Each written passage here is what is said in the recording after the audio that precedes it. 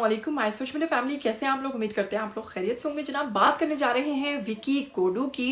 कोडू नाम इनके साथ इसलिए लगाया जाता है क्योंकि इनकी हाइट छोटी है। वैसे मैं इनको विकी के नाम से पुकारूंगी, लेकिन इनका जो निक नेम है वो कोडू है और कोडू के नाम से इनको सभी लोग जानते हैं। आपने बहुत सारे स्टेज ड्रामास में, थिएटर में इनको काम करते देखा है।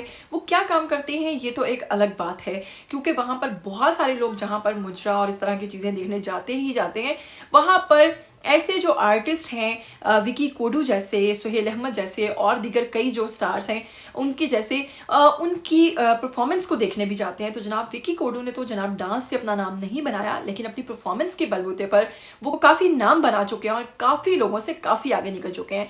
लेकिन ऐसा क्या हुआ कि विकी कोडू की एक वीडियो सोशल मीडिया पर बहुत ज्यादा वायरल हो रही है कि अगर मुझे और मेरे बच्चों को कुछ भी हुआ तो इसका जिम्मेदार जो है वो कौन लोग होंगे, आज की वीडियो में आपको बताएंगे।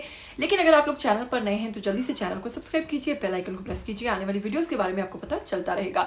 तो आपको बताएंगे कि विकी कोडू का ताल्लुक जो है वो गुजरावाला से है और गुजरावाला में ही मौजूद एक थिएटर है जिसका नाम है कैप्री थिएटर। जनाब कैप्री थिएटर वालों ने मुबैना तौर पर कहा जा रहा है कि उन पर हमला किया है विकी कोडू के ऊपर, जिसकी वजह से वो इंतहाई खतरनाक सिचुएशन के अंदर, तशवीशनाक हालत में हॉस्पिटल के अंदर एडमिट हैं और वहां पर काफी ज्यादा तकलीफ महसूस कर रहे हैं। और वहां से उनकी एक वीडियो भी सोशल मीडिया पर बहुत ज्यादा वायरल हो रही है, बहुत ज्यादा गर्दिश कर रही है, जिसमें उनसे पूछा गया है कि आप आखिर इतनी टेंशन क्यों ले रहे हैं, मामला क्या है। इसमें उन्होंने कहा है वाजिया तौर पर कि अगर मुझे या फिर मेरे बच्चों को कुछ हुआ तो इसके जिम्मेदार कैप्री थिएटर वाले होंगे। अब कैप्री थिएटर वालों के साथ इनका मामला क्या है, असल में दो बातें कही जा रही हैं। अगर विकी कोडू की बात करें तो वो कहते हैं, उनका कहना ये है कि मैंने वहां पर जो भत्ताखोर होते हैं, क्योंकि ये जितने भी स्टार्स हैं जब ये वहां पर काम करते हैं तो इनको वहां पर भत्ता देना पड़ता है, कुछ अमाउंट देना पड़ती है। जितनी भी इनकी टीम होती है उसमें भी इनके हिस्सेदार होते हैं और उनको लेकर चलना पड़ता है। तो उन्होंने कहा है कि भत्ताखोरों को भत्ता ना देने पर मुझे कैप्री थिएटर वालों ने यानी कि इस तरीके से मुझ पर हमला करवाया है। लेकिन वहीं पर अंदर की बात जो सर्च की जा रही है, जो मुख्तलिफ लोगों की जुबानी कही जा रही है, जिसमें एक होस्ट है उन्होंने भी इस हवाले से वीडियो बनाई है, तो कहा यह जा रहा है कि विकी कोडू ने उनसे 30 लाख रुपए कर्ज लिया था और उस कर्ज के एवज उनको वहां पर अभी कुछ ड्रामास करने थे, लेकिन विकी कोडू उनको टाइम नहीं दे रहे, क्योंकि विकी कोडू की डिमांड जो है वो दिन ब दिन बढ़ती चली जा रही है।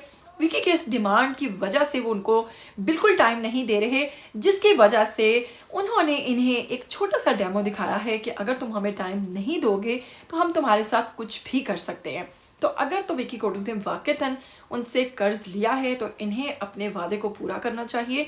लेकिन अगर बात सिर्फ और सिर्फ भत्ताखोरों की है तो उन्होंने अपील की है गवर्नमेंट से कि मेरी हेल्प की जाए, और मैं भी गवर्नमेंट से अपील करती हूँ कि जनाब विकी कोडू की यकीनन हेल्प होनी चाहिए, क्योंकि हमारे जो स्टार्स हैं वो पाकिस्तान के लिए काम भी करते हैं और पाकिस्तान पर गिले शिकवे भी करते हैं।